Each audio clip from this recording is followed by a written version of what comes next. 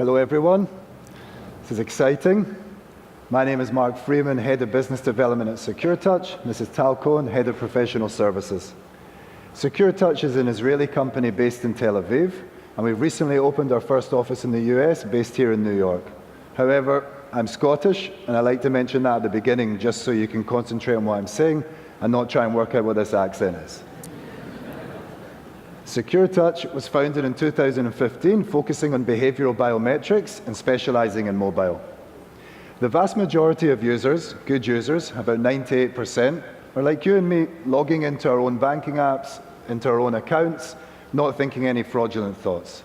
The vast majority of fraud is carried out by automated tools that have been designed to bypass many of the fraud detection methods, and this is how such a small amount of fraudsters can cause so much damage. So the question is, how does behavioral biometrics catch fraud that other methods miss? Okay. So we, SecuredTouch, provide continuous and frictionless authentication for the good user, removing the burden of authentication from the good user by understanding behavior. And this understanding of behavior allows us to identify these fraudulent tools, because the way these fraudulent tools interact with your phone or computer is different from the way a human interacts with the phone or the computer. Okay. So first of all, we're going to show you behavioral biometrics in action on a real human being, me. So I'm going to log into the Secure Bank app.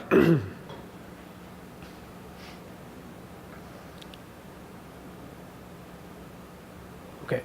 Here you can see Mark using Secure Bank app. He's checking his balance and going to make a transaction. On the screen, you can see how Mark's behavior appears on the touch screen. The way Mark swipes, taps, and holds his phone is unique to him and matches biometric profile. As you can see, Mark has been authenticated continuously through the whole process.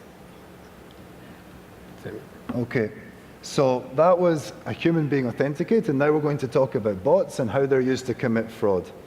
So if a fraudster wants to commit fraud, they can acquire a list of credentials, usernames, and passwords from the darknet.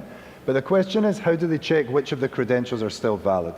Because if the fraudster has to manually type in every username and password, it's not going to be very efficient in terms of making some money. So the solution is to automate the process, and a bot does this. And this type of fraud is called credential stuffing. Here, and we'll just wait a second, there it is. Here, Tal is using a bot to automatically enter in all of the stolen credentials from the list. And you can see that using this tool, we can find the credentials that still work. This method is also used to check stolen credit card details, gift card details with the same aim.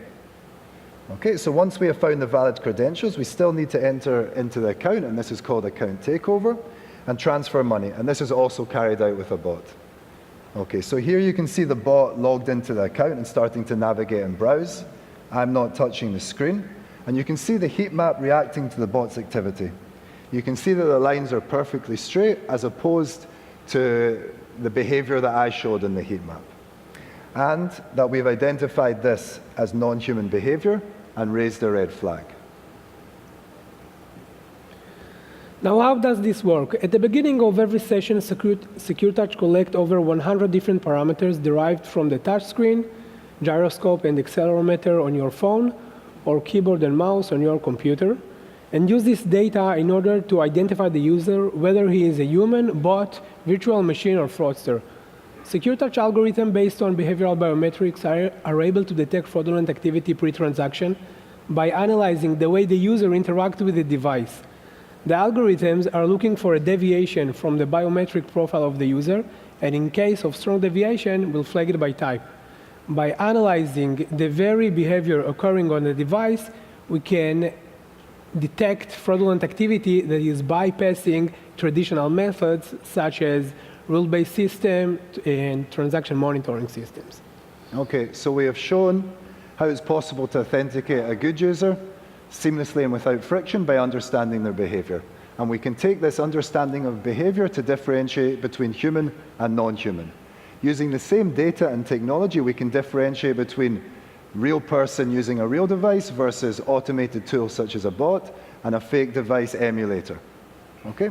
As I mentioned earlier, we have separated the authentication of the good user from the fight against the fraudster, and we use both groups' behavior separately to identify them. In this way, we can catch the bad user without punishing the good user and allow the good user a much smoother user experience.